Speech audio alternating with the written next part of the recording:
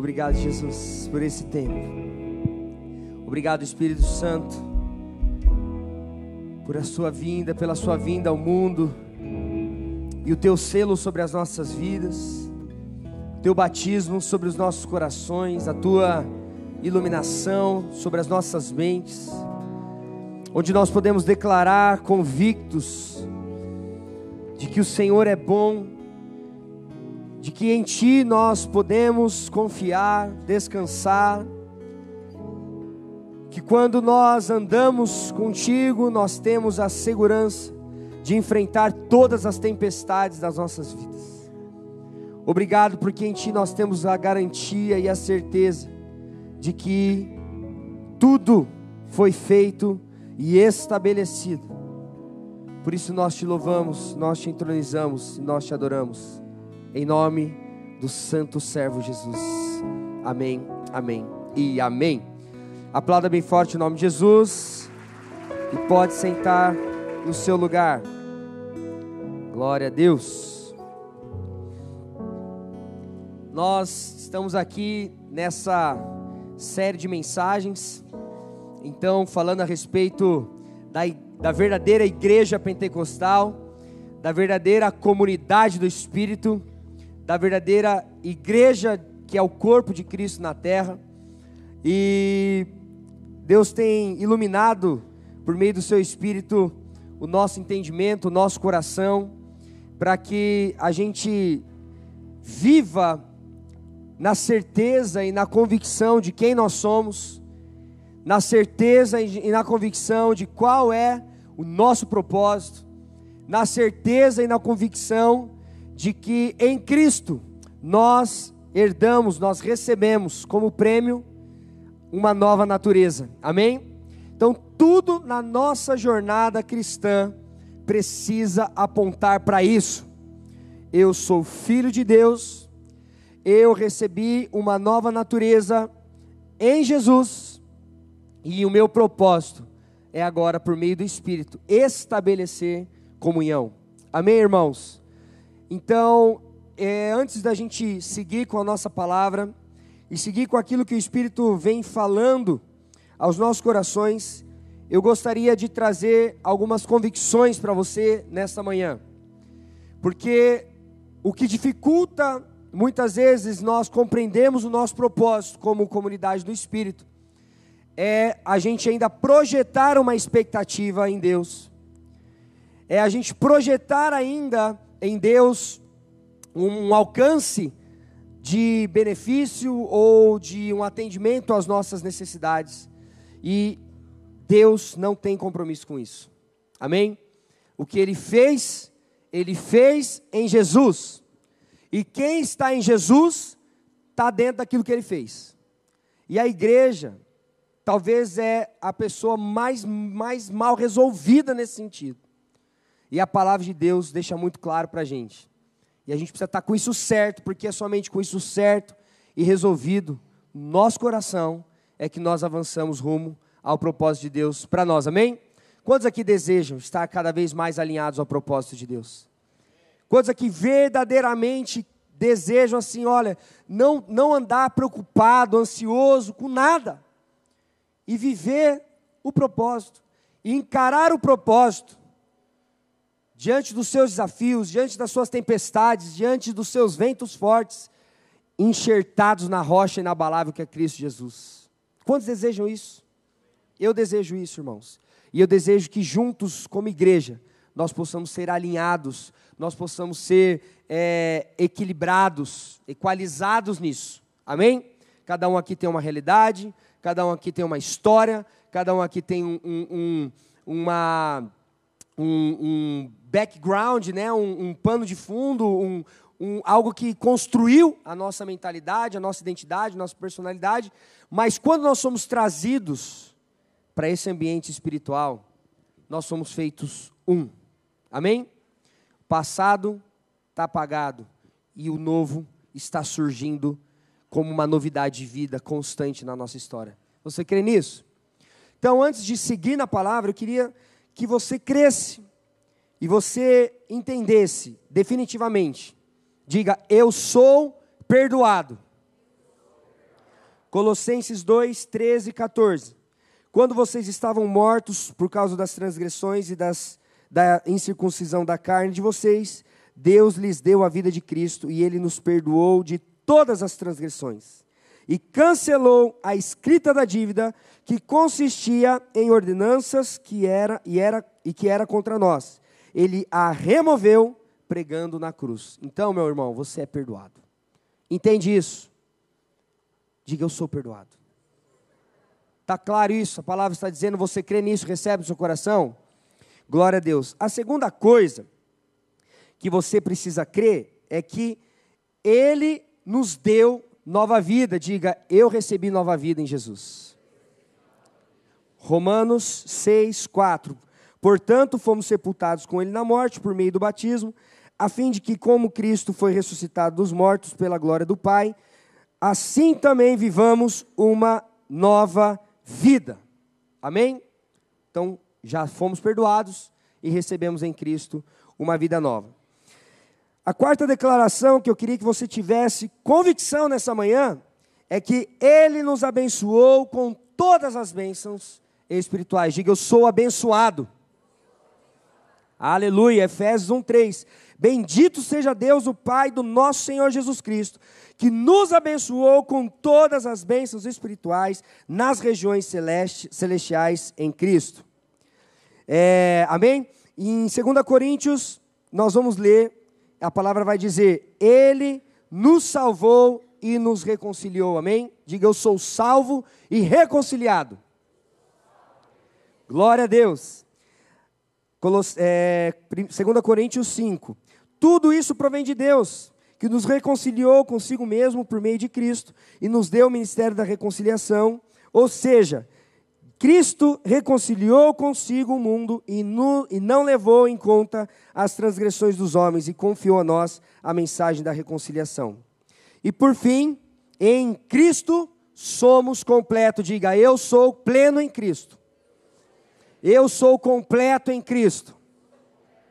Colossenses 2:10. Vocês estão plenos nele, que é a cabeça de todo poder e autoridade. Amém? Irmãos, tudo isso tem a ver com o que Deus fez por você.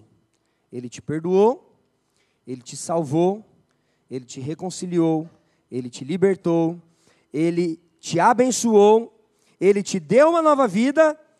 Nele você está completo, é pleno.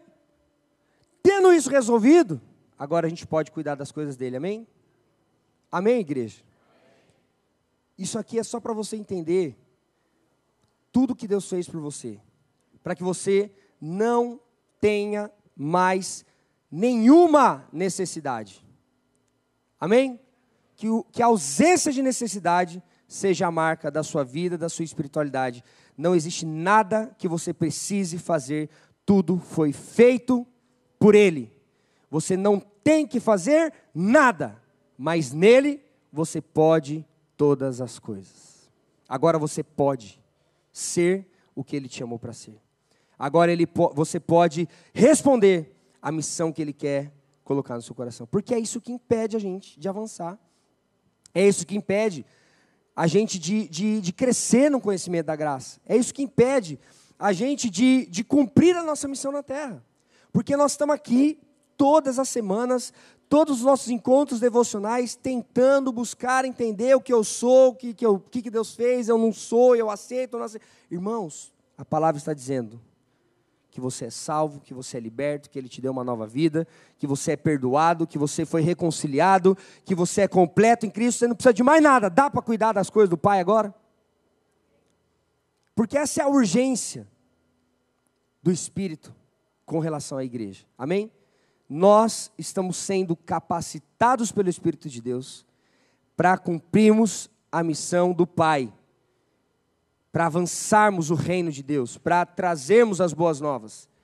Então, se a gente não se preocupa com tudo aquilo com aquilo que é meu, com aquilo que tem a ver comigo, eu posso, se isso está certo, se isso está resolvido, eu creio nisso, isso é uma verdade para mim, porque a palavra de Deus está dizendo, então agora eu avanço rumo ao propósito de Deus, como comunidade do Espírito, amém? Então, nós falamos sobre as marcas do avivamento e as marcas do Pentecostes nas nossas vidas e a marca da igreja pentecostal.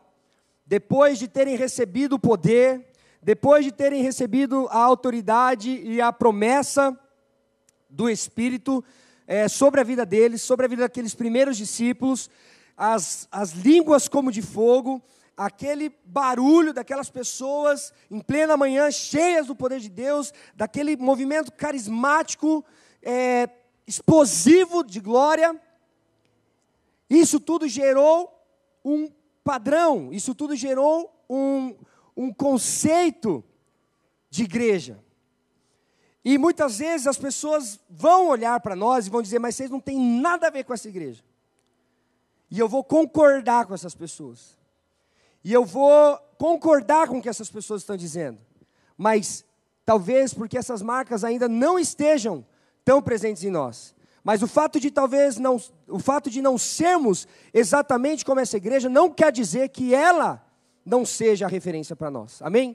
Nós estamos avançando, irmãos. Nós estamos nos desligando, nós estamos nos desvencilhando das nossas preocupações, das nossas expectativas. Nós estamos nos desvencilhando daquilo que nós definimos como importante para nós, para absorvermos e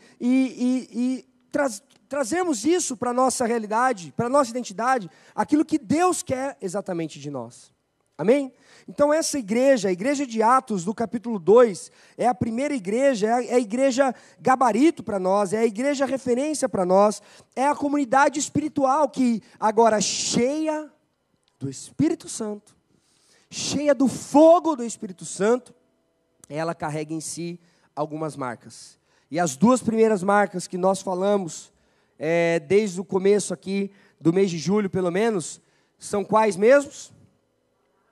Palavra e oração, glória a Deus. Está melhor do que domingo passado. Não sabia nem o primeiro, né? O que dirá o segundo. Mas palavra e oração. O resultado desse avivamento, dessa comunidade, foi uma comunidade que, de forma unânime, se dedicava de coração no ensino dos apóstolos, que era a palavra de Deus, e nas orações. Amém? E nós vamos então avançar com relação a isso, com relação a essas marcas, com relação a esses movimentos. Sobre a oração, nós falamos um pouco na semana passada, mas se você olhar o texto completo do livro de Atos, tudo era oração. Tudo era oração. Os caras estavam levantando novos líderes, eles oravam e abençoavam. Os apóstolos estavam organizando os cultos, eles falavam, não, nós precisamos nos dedicar agora, nós estamos atarefados com essa organização da mesa, com a comida, a gente está tendo que pensar muito nisso, nós precisamos nos dedicar à oração e à palavra. Eles eram perseguidos, eles eram presos, em todo tempo, eles oravam. Se você pegar em cada capítulo, vai ter uma marca muito forte, um movimento muito forte daquela comunidade comprometida com a oração. Porque a oração não muda a ideia de Deus. A oração não muda a vontade de Deus. A oração não muda o propósito de Deus. A oração muda a gente. A oração muda as nossas vidas em relação ao que nós estamos enfrentando. A oração muda as nossas perspectivas em relação à visão que nós estamos tendo a respeito das coisas. A oração muda o nosso coração. A oração alinha o nosso coração com o coração de Deus. Esse é o principal papel da oração. E muitas vezes nós estamos olhando para a oração como uma ferramenta espiritual de manipular Deus e trazer Deus para as minhas vontades. Só que a oração não tem nada a ver com isso, irmãos, porque Deus ele é absoluto em glória. Deus é onipotente, onisciente, onipresente. Deus está desde a eternidade, com tudo nas suas mãos. Tudo estabelecido pelas suas mãos. É a exclusividade de Deus isso, é atributo de Deus isso. Você acha que nós teríamos capacidade de alterar alguma coisa, acrescentar um pingo, uma vírgula, na vontade de Deus? Um pingo de um i? Jamais. Por isso que a oração é uma relação onde eu entro na presença de Deus, onde eu entro em um ambiente de intimidade com Deus, para conhecer o coração de Deus e ter a minha vida transformada. É na oração que o Senhor vai te mudar em relação ao que você está enfrentando. Porque muitas vezes nós colocamos as situações nos nossos motivos de oração. Então eu oro para aquela situação mudar. Só que aquela situação não vai mudar. Quem vai mudar em relação àquela situação é você. Amém?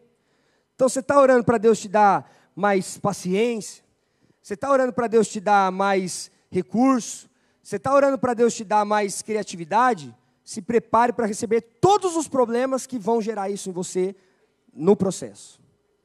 Não espere nada diferente. Não espere que para ter paciência vai vir uma unção de paciência sobre a sua vida. Não, Deus vai colocar um trem lascado do seu lado para você aprender a ter paciência, para você aprender a ser longânimo, para você aprender a ser bondoso, para você aprender a ser generoso, compassivo. Esse é o movimento do Espírito. E esse é o convite para que nós, como igreja, possamos ser definitivamente essa igreja, essa comunidade bem resolvida. Bem resolvida. Está tudo certo. Está tudo certo. Está tudo resolvido. Está tudo estabelecido.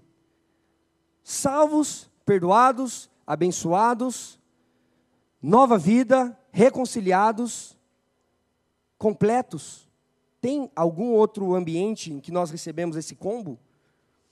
Tem alguma outra instituição? Existe outra comunidade que nos abençoa com esse combo, meus irmãos? Não, de graça, jamais. Mas em Cristo, na comunidade do Espírito, nós somos inseridos como filhos, enxertados no amor, enxertados numa graça, enxertados na comunhão. Amém? E a comunidade que ela é avivada, e essa comunidade espiritual, pentecostal, a marca dela, o testemunho dela, é o testemunho da própria Trindade, porque a Trindade se revelou na comunhão e na relação. A Trindade é quem está se revelando nesse movimento de salvação e processo redentivo da humanidade, e da terra e da criação, e de tudo que caiu com o primeiro casal, o primeiro Adão. E nós precisamos discernir isso. Nós precisamos resolver isso no nosso coração, amém? Então, a oração marcou a vida dos apóstolos, a oração era em todo o tempo, a oração é o que traz poder para a pregação, não há pregação sem o poder do Espírito, isso vem pela autoridade do Espírito Santo sobre as nossas vidas. Então nós precisamos entrar e acessar esse lugar que é para nós. Esse lugar que nos empurra para a nossa missão. A tua missão não é ficar mais rico, a tua missão não é conquistar o mundo, a tua missão não é você ganhar X que você estabeleceu como meta da sua vida, a sua missão não é resolver suas enfermidades, não, a sua missão não é essa. Isso tudo é secundário para aquilo que Deus está realizando na terra. E Deus conta com a igreja como sendo o principal corpo, ou o primeiro corpo a entender isso, e o único corpo a entender isso, mas nós somos os primeiros a não crer que está tudo resolvido. Nós somos os primeiros. E nós, insistentemente, conversamos com o nosso Pai como quem ainda precisa de alguma coisa. Como se o Pai não soubesse o que nós estamos passando ou enfrentando. E aí todo o projeto de missão de Deus, de salvação, de anúncio das boas novas, de transformação dessa comunidade espiritual, desse povo que representa essa comunidade espiritual, ele trava. Ele trava. Então eu vejo que o Espírito Santo está nos avivando para que a gente ame as Escrituras e para que a gente viva uma vida de oração. Porque essa vida de oração vai produzir em nós outros movimentos que nós vemos nessa igreja padrão, nessa comunidade espiritual padrão, que nós não queremos ser nada diferente do que ela representa, do que ela vive. Amém? Então, eles se dedicavam ao ensino, Atos 2, capítulo 42 dos apóstolos, à comunhão, ao partir do pão e às orações. Todos estavam cheios de temor e muitas maravilhas e sinais eram feitos pelos apóstolos. Os que criam mantinham-se unidos e tinham tudo em comum. Vendiam suas propriedades e bens e os distribuíam conforme a necessidade de cada um. Todos os dias continuavam a reunir-se no pátio do templo e eles partiam pão de casa em casa e juntos participavam das refeições com alegria e sinceridade de coração, louvando a Deus e tendo a simpatia de todo o povo. E o Senhor lhes acrescentava diariamente os que iam sendo salvos. Então, além de uma dedicação ao ensino, à palavra, eles tinham uma dedicação à oração e eles eram cheios do temor de Deus. Amém? Então, quando nós somos selados verdadeiramente pelo Espírito Santo, nós somos cheios de temor, porque o Espírito Santo nos revela a autoridade de Deus, nos revela a sua santidade, nos revela a sua força, nos revela o seu poder, nos revela o quão separado Deus está de uma vida de pecado, de uma vida de perversão, de uma vida corrupta. É somente pelo Espírito Santo que nós podemos enxergar e reconhecer verdadeiramente a soberania de Deus. E como que nós podemos, no nosso contexto, sermos cheios do temor de Deus? Porque na antiga aliança, as pessoas que pecavam contra Deus, elas eram fulminadas pelo fogo, pela santidade.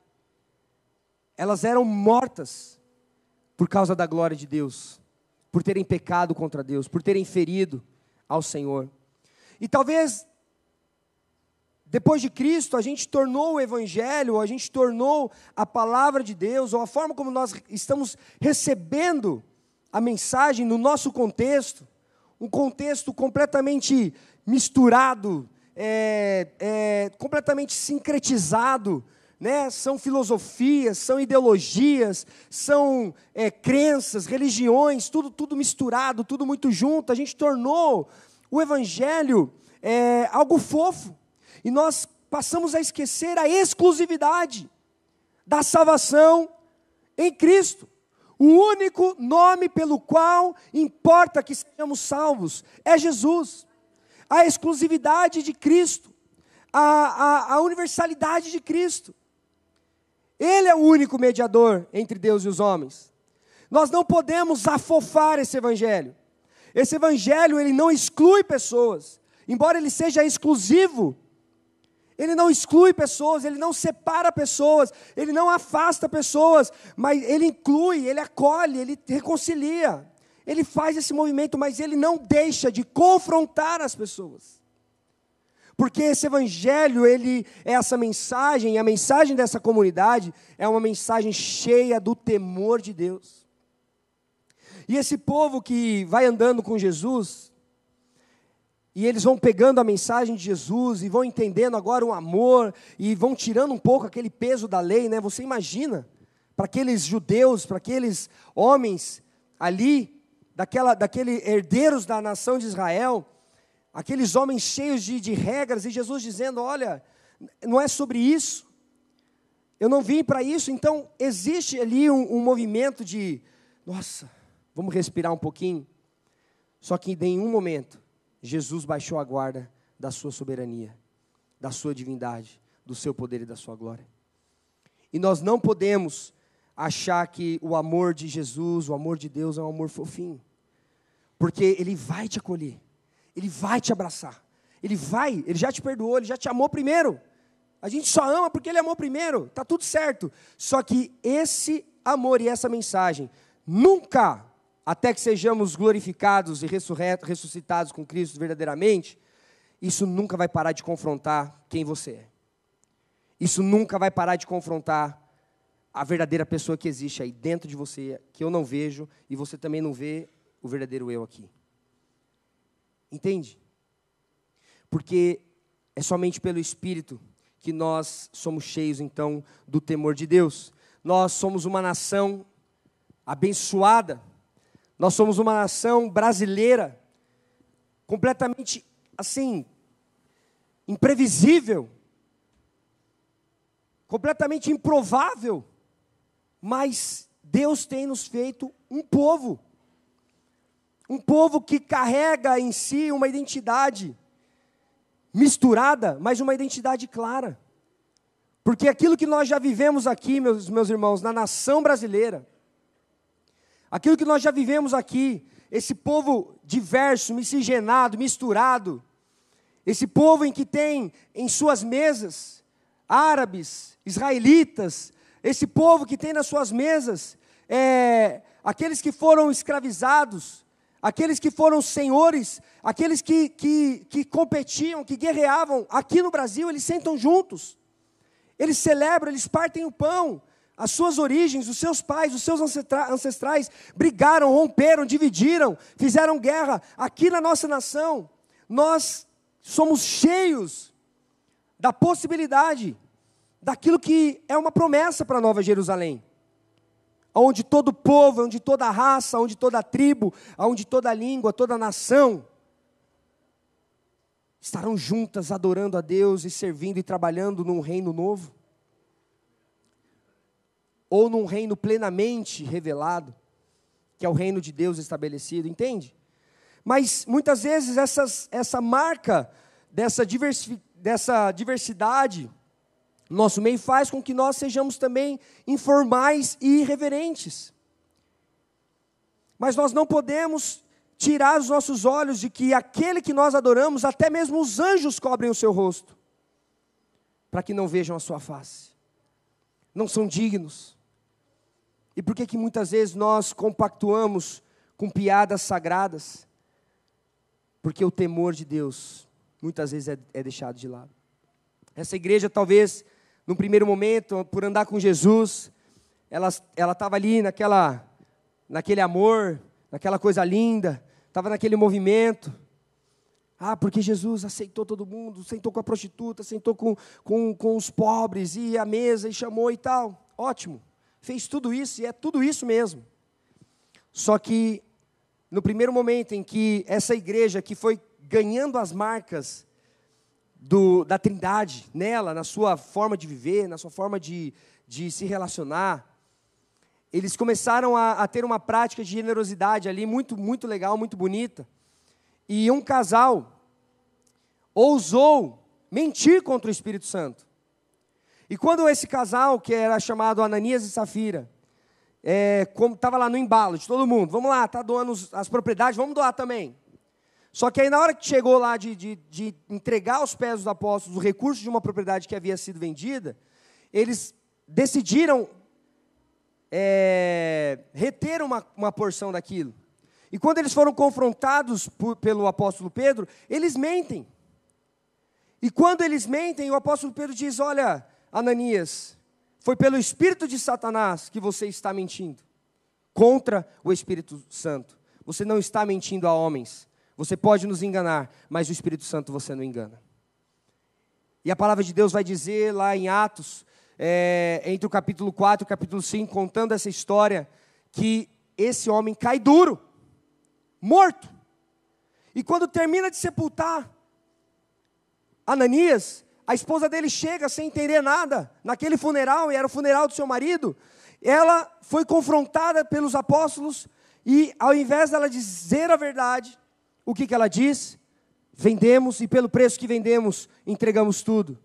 E na mesma hora, a Safira também caiu morta, porque mentiu contra o Espírito Santo. Então, irmãos, nós não podemos criar uma visão, ou estabelecer um padrão,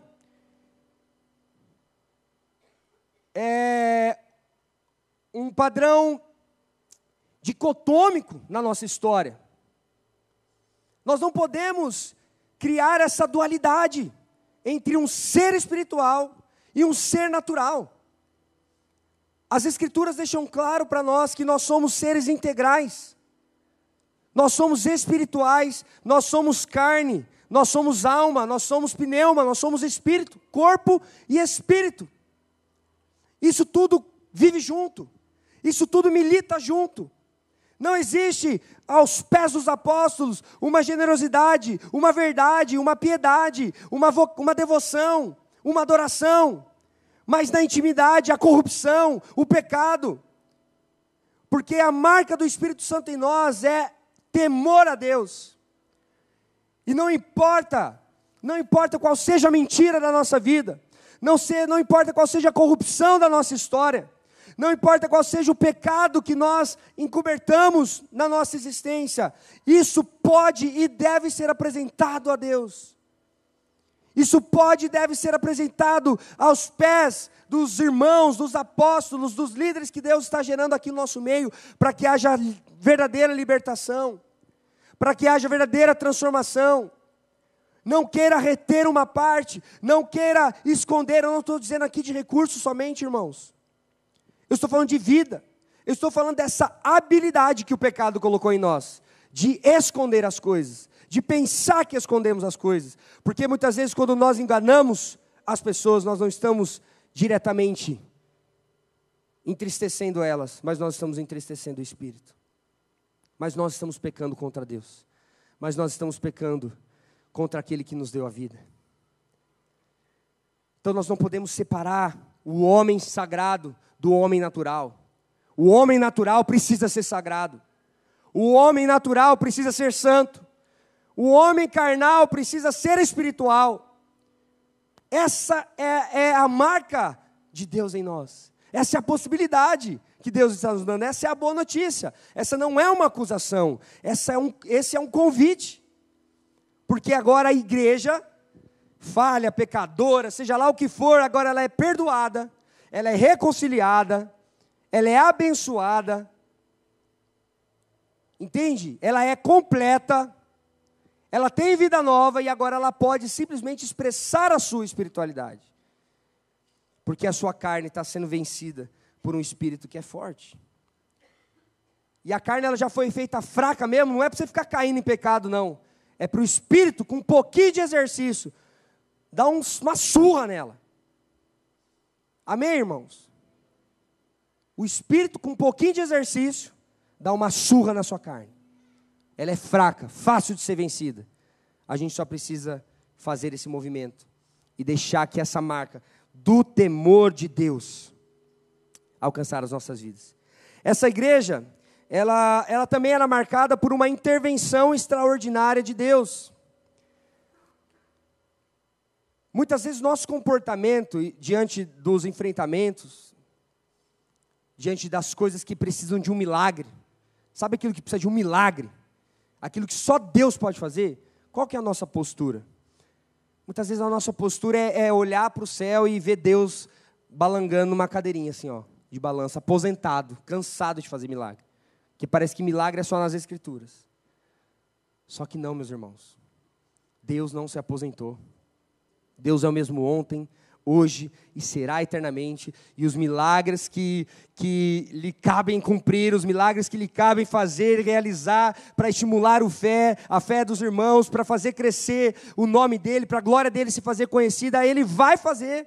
E se nós estivermos sensíveis, nós participaremos disso. Porque Deus marcou a sua igreja com intervenções extraordinárias, sinais, maravilhas e prodígios aconteciam naqueles tempos, aconteciam naquela igreja. Isso não mudou, nada mudou. O Espírito Santo está derramado e ele não foi retirado do mundo. O poder de Deus está sobre nós e não foi retirado de nós. Ainda há tempo de conversão, ainda há tempo de arrependimento, ainda é tempo de abrir a porta, ainda é tempo de convidar Jesus para entrar, ainda é tempo de ser transformado, ainda é tempo de ver perna crescer, olho ver, ouvido ouvir. Ainda é tempo, meus irmãos. O Espírito não parou de cumprir os seus milagres.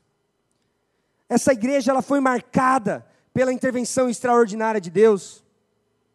Paralíticos curados, lugares estremecendo, onde a igreja estava, onde a igreja orava, os lugares tremiam. Esse poder está aqui, pode acontecer aqui agora, pode quebrar esse blindex aqui, pode estourar esse teto aqui. Vocês estão preparados para viver isso? Não, nem eu. Mas nós precisamos nos preparar, porque essa é uma marca da igreja. uma intervenção extraordinária. Se caiu o teto aqui, ela vai falar, mas que porcaria de prédio é esse? E se foi Deus? A gente nem parou para considerar que pode ser o Espírito Santo abalando as estruturas e derramando o seu poder aqui nessa manhã. O nível de incredulidade que nós estamos acessando, estamos construindo na nossa mente. A gente não crê no extraordinário de Deus, mas a gente crê no monte de porcaria que estão vendendo para a gente aí fora. E a gente paga a conta. E a gente paga a conta. E aquilo que está dado como poder compartilhado e autoridade à igreja, a gente não acessa, não usufrui, não aplica. Mas essa igreja, padrão, nós não vamos avançar, nós vamos recuar para ser ela. Amém? Porque nós avançamos assim, ó, igual um qualquer coisa, irmãos. Nós precisamos recuar para essa igreja, nós precisamos voltar ao arrependimento e ser essa igreja. Amém? E o máximo que nós pudermos ser dela, nós seremos em nome de Jesus. Então, sinais e maravilhas, se você pegar Atos, todos os capítulos, todos, pelo menos a cada um ou dois, um capítulo e meio, 2 capítulos, você vai ver algum discípulo, algum recém-convertido, realizando milagre, prodígio, salvação, conversão, enfim, poder na pregação, o evangelismo cheio do Espírito Santo. Por quê? Porque Deus está com essa urgência, Deus está operando hoje, Deus faz. Não importa o quanto você crê, o quanto você deixa de crer, Deus opera milagres hoje, amém? Uma quinta marca aqui dessa igreja avivada, hoje eu vou avançar um pouquinho, porque eu preciso concluir. O Espírito Santo falou, acaba com esse assunto logo, que eu já cansei, estou brincando, essa parte fui eu. Mas eu vou acabar hoje, irmãos, são 8, estou no 5º. E vocês não precisam decorar não, precisa viver só. Aí, o 5º eles tinham entusiasmo. Entusiasmo na comunhão, no culto e no partir do pão e nas orações. Amém? Não eram encontros tristes. Essa herança triste que nós temos, pesada, carregada, é da religiosidade apostólica romana. Nós herdamos isso na nossa história. Esse ambiente fúnebre, esse ambiente, tipo assim, é o mesmo sentimento que houve lá nos discípulos, quando Jesus morreu. Parece que a igreja apostólica romana, ela imprimiu essa identidade, parece que ficou bonito. Essa coisa assim, ó. Então, quem aqui consegue entrar na igreja católica? Nossa, que Vaticano bonito! Nossa, olha essa Basílica de São Pedro aqui, oh, coisa linda! Quem que faz isso, irmãos? Nós que somos crentes, cheios do poder de Deus, entramos numa igreja dessa, a gente... Os vitrais. Nossa, olha aquelas imagens. A gente faz isso. Mas o ambiente da igreja, seja ele físico, seja ele espiritual, seja ele residencial, porque aonde a gente se reunir em nome de Jesus, nós somos igreja, ele é cheio de entusiasmo. Ele não é cheio de reverência, ele é cheio de entusiasmo. Ele é cheio da alegria que nos envolve. A mensagem de esperança para a nossa vida está tudo estragado, está tudo podre, está tudo regaçado, mas Jesus entrou na nossa história, e Ele está nos salvando, Ele está nos amando, está nos perdoando, está nos reconciliando, e nos chamando para cumprir a reconciliação. Essa é a mensagem. Se isso não causar espanto no nosso coração, se a alegria de um Palmeiras conquistar o seu 2º Mundial for maior do que isso,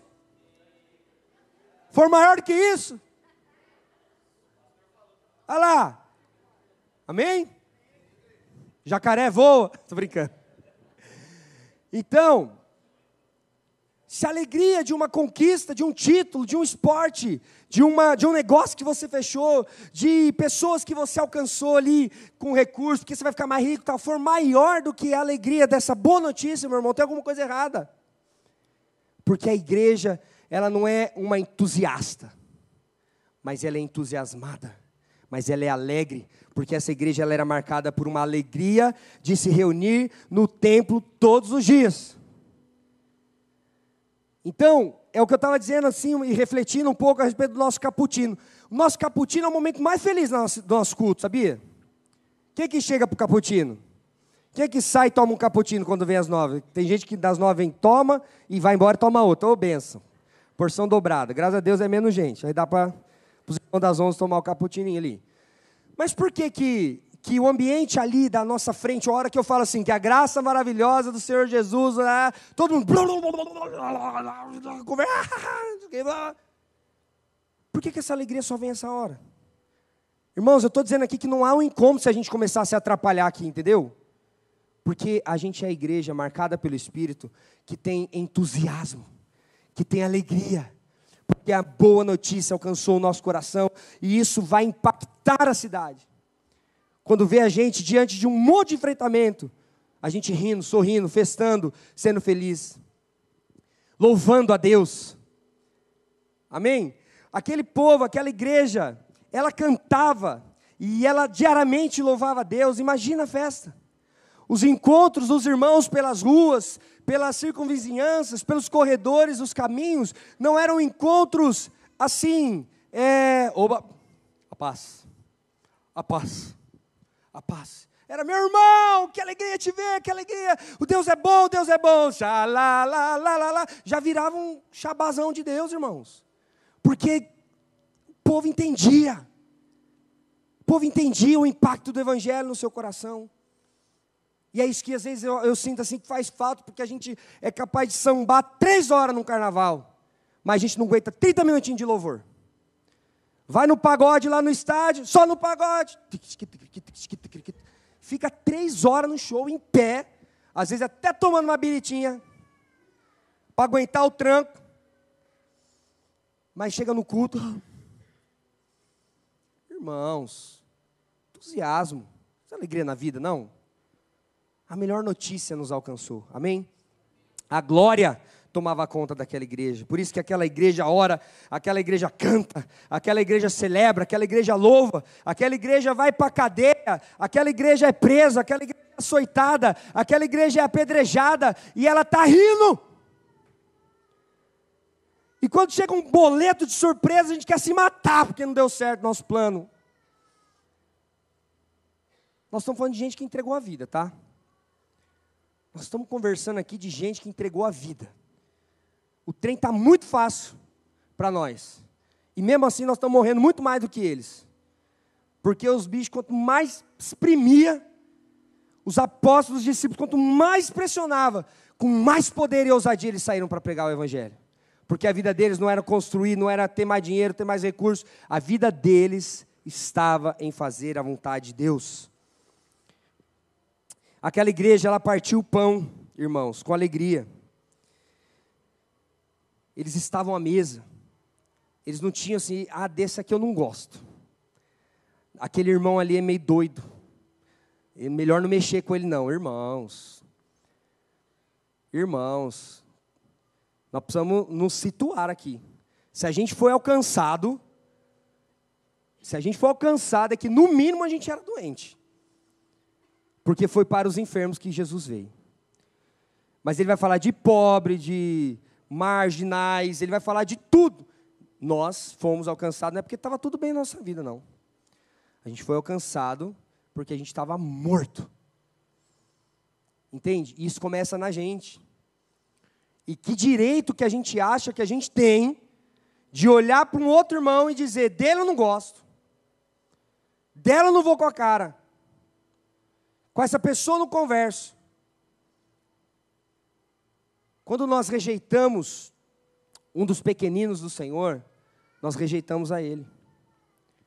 Quando nós dizemos, amamos o Senhor, mas não amamos o nosso próximo, Jesus está dizendo, isso não tem sentido. Então, você não está sendo chamado para dizer de quem você vai gostar ou de quem você não vai gostar. Porque você era uma pessoa ingostável.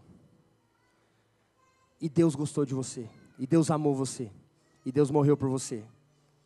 E agora não é somente com um amor qualquer, mas é com o mesmo amor que fomos amados por Jesus. Agora devemos amar o nosso próximo. Esse é o nosso chamado.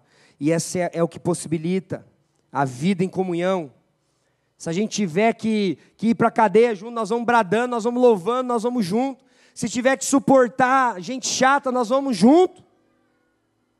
Se tiver que amar, nós vamos junto. Nós temos que parar de verticalizar a nossa espiritualidade, irmãos. A nossa espiritualidade, ela é cruz. Eu olho para Jesus, mas eu olho para o meu irmão. Eu não quero fazer você passar vergonha aqui, mas eu tenho certeza que 2 irmãos para o seu lado direito e 2 para o seu lado esquerdo, você não sabe nem o nome. Você não sabe se é casado, se não é casado, se tem problema, se não tem, se tem dificuldade, se sofre, se tem esclerose, se tem câncer, se falta dinheiro, se está passando necessidade. A gente parece que se vê aqui, parece que está tudo bem, mas não está tudo bem, irmãos. E nós estamos aqui para encontrar força nessa comunhão. Nós estamos aqui para encontrar força nessa relação. E essa responsabilidade não é minha, não. É nossa.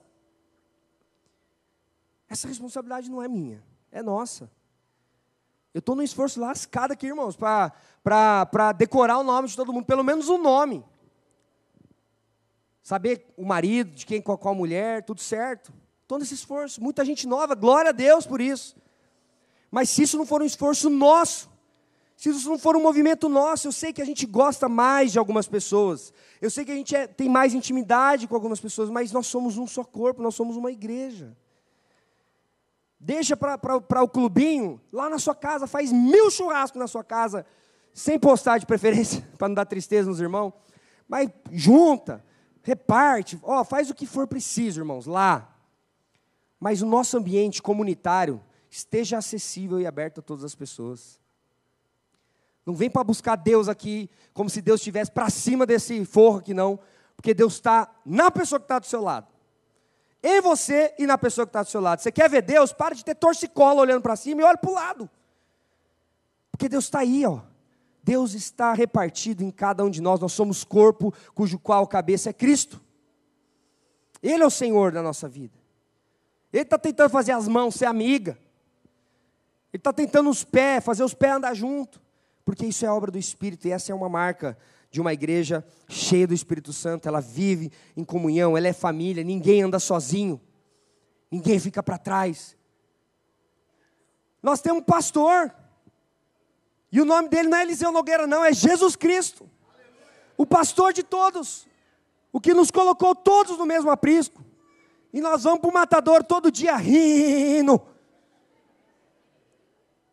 Porque nós não queremos ser força, não queremos ser rei, não queremos ser dono de nada. A gente está aqui para servir. Se for uma boa mesa, que sejamos esse o nosso propósito. Um belo de um cordeiro assado, repartido na mesa. Amém? Eu quero ouvir um amém pentecostal aí. Aleluia. Então, quando nós nos reunimos, nós somos encorajados.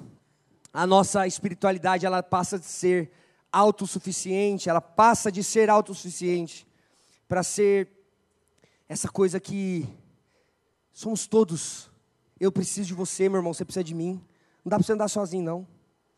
Não dá para você fazer as coisas sozinhos, não. Nós precisamos uns dos outros. Isso é parte da nossa fé. Deus ordena a sua bênção e vida para sempre. Nos lares, nas casas, no templo, toda vez que nós estivermos juntos, que não seja para resenha, que não seja para briga, que não seja para falar mal, que não seja para discutir.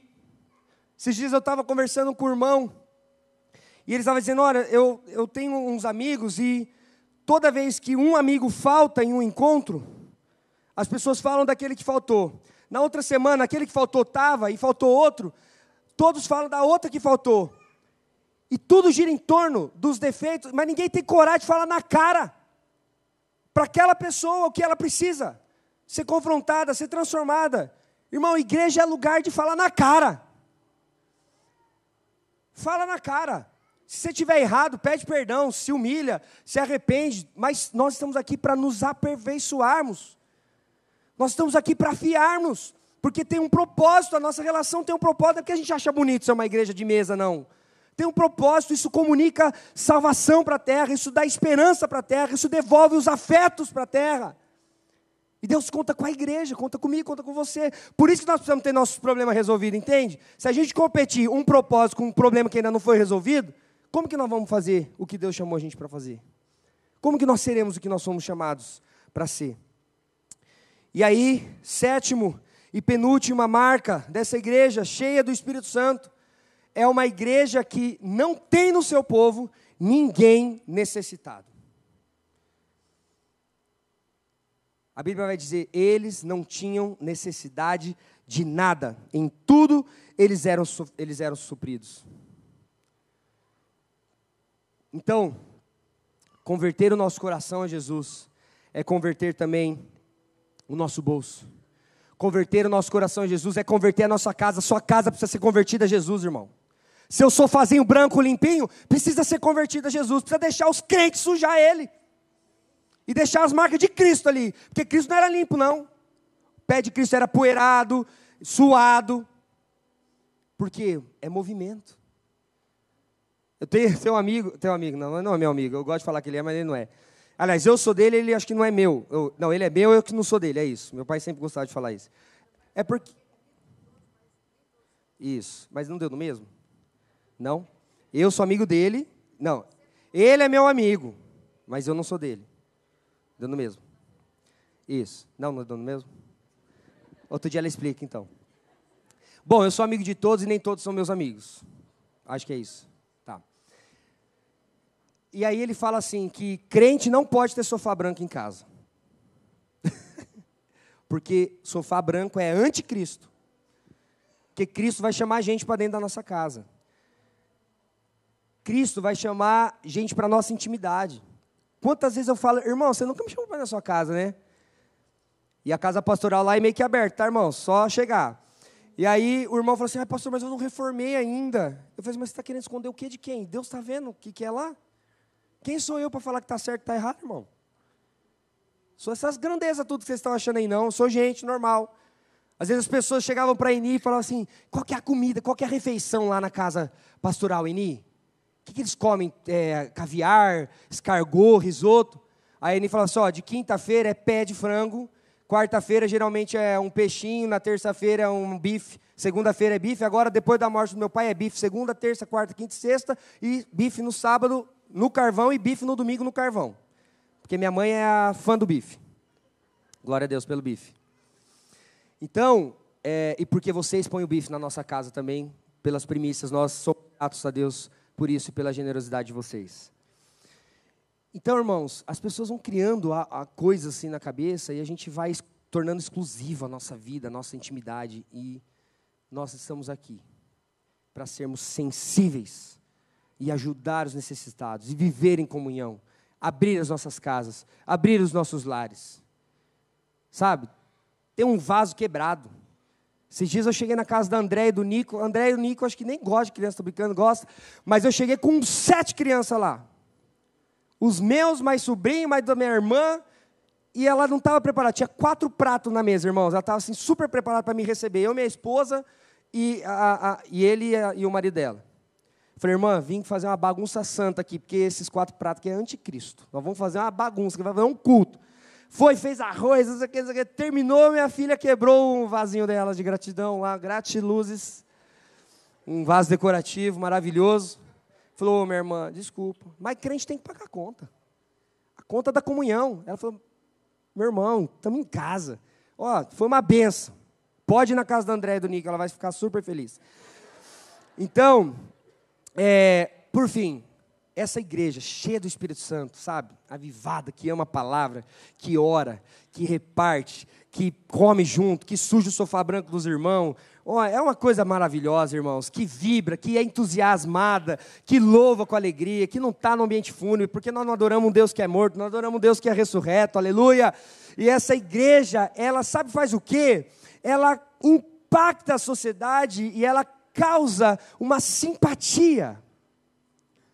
Ela cai na simpatia de todo o povo, ela é um lugar agradável, amável. Eu sei que isso é difícil, Eu sei que às vezes na sua mente, às vezes você teve frustração com alguém, comigo, com essa igreja, com outra igreja.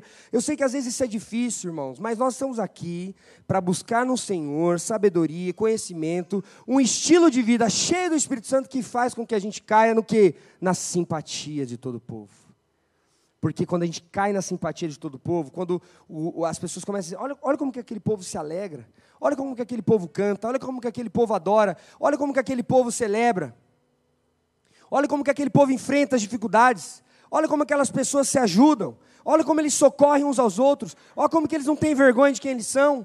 Olha como eles não têm vergonha de colocar gente na casa, gente importante, gente não importante, gente rica, gente pobre, seja lá o que for. Olha como eles compartilham a vida sem preconceito, sem muros de inimizade. Olha como eles se relacionam. Isso é maravilhoso, isso é uma mensagem de esperança. E a Bíblia vai dizer, e esse texto vai dizer que dia a dia o Senhor vai acrescentando no meio desse povo os que vão sendo salvos.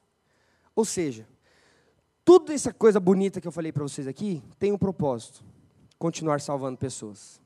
E se a gente não viver isso aqui em plenitude, a gente impede o trabalho de Deus. Ele vai fazer com outras pessoas. E eu não estou afim de Deus fazer coisas com outras pessoas. Eu quero muito que Ele faça através de nós, como igreja Ágape, como família. Amém? Amém? Então, isso tem a ver, irmãos, com quem você é aí. Sabe? Mas está difícil, está pesado. Irmãos, no mundo nós vamos ter isso aí mesmo. Aflição. Dor. Nós vamos ter problema. Isso aí nós estamos aqui para crer com você, para ser amém na sua vida, para caminhar com você junto. Mas isso aí é a nossa realidade. O pecado gerou isso, somente isso. Mas nós estamos aqui como comunidade do Espírito para sermos cheios do quê? De bom ânimo. Porque o Senhor que está sobre a nossa vida venceu o mundo. Aleluia. Aleluia. Feche seus olhos, fique em pé no seu lugar. Ou fique em pé no seu lugar e feche seus olhos. Para você não levantar tonto e cair, né, Melise?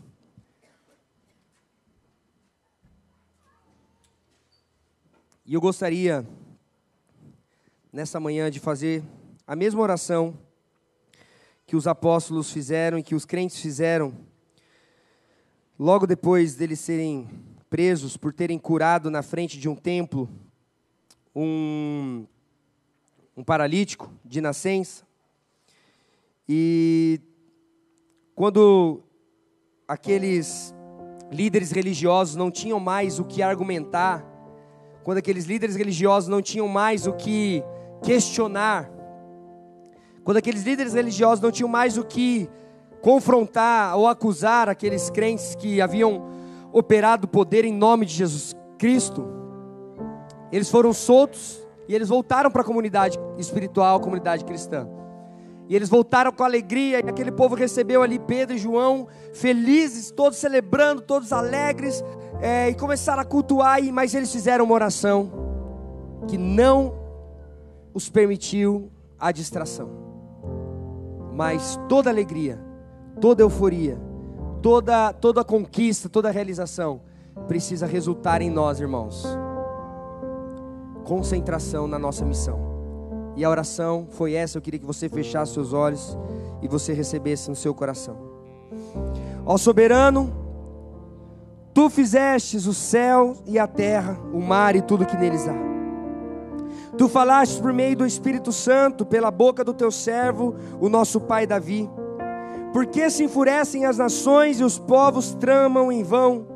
Os reis da terra tomam posição e os governantes conspiram, unidos contra o Senhor e contra o seu ungido. De fato, Herodes e Pôncio Pilatos reuniram-se com os gentios e com o povo de Israel nesta cidade para conspirar contra o teu santo servo Jesus, a quem ungiste. Fizeram o que o teu poder e a tua vontade previamente haviam decididos que acontecesse. Agora, Senhor, considera as ameaças deles e capacita os teus servos para anunciarem a tua palavra corajosamente. Estende a tua mão para curar e realizar sinais e maravilhas por meio do nome do teu santo servo Jesus. Assim nós oramos em nome de Jesus. Amém, amém e amém. Glória a Deus. Receba a paz, irmão, no seu coração, sobre as suas crises, sobre as suas dores, sobre os seus enfrentamentos.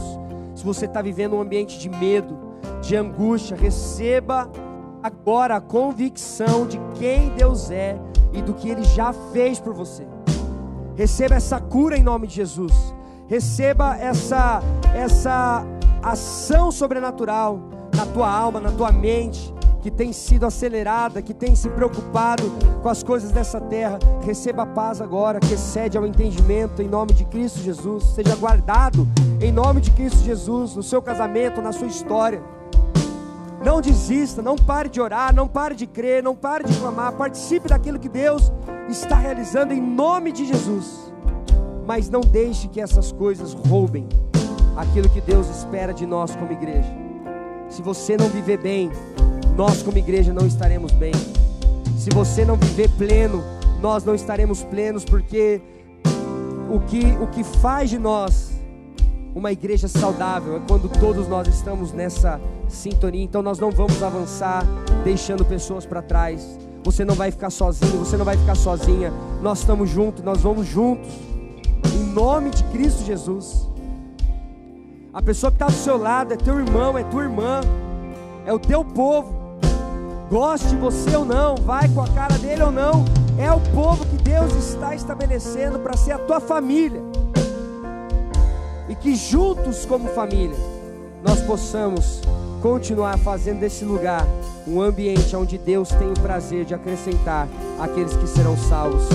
Em nome de Jesus, Senhor, nos perdoe pelas nossas falhas, pelos nossos equívocos, por colocar o Senhor em segundo plano, por focar a nossa vida, a nossa história nas coisas dessa terra e achar que resolvido é ter nossas contas pagas, feliz é não ter problema, não ter enfermidade. Senhor, nos perdoe por não entender verdadeiramente qual é a proposta que o Senhor tem feito para nós, mas que nós sejamos, em nome de Jesus, agraciados dessa certeza e dessa convicção de que fomos perdoados, de que fomos salvos, de que fomos abençoados, de que fomos reconciliados, de que fomos libertos e que em Cristo Jesus já recebemos todas as bênçãos e somos completos, para que a partir de agora, de hoje, a nossa energia gasta, o nosso recurso gasto, o nosso movimento seja em alcançar,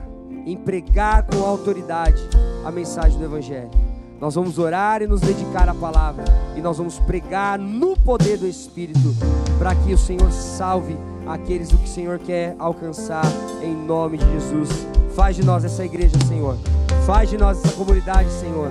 Assim eu oro e te agradeço em nome de Jesus. Amém, amém e amém. Glória a Deus. Você pode aplaudir ao Senhor.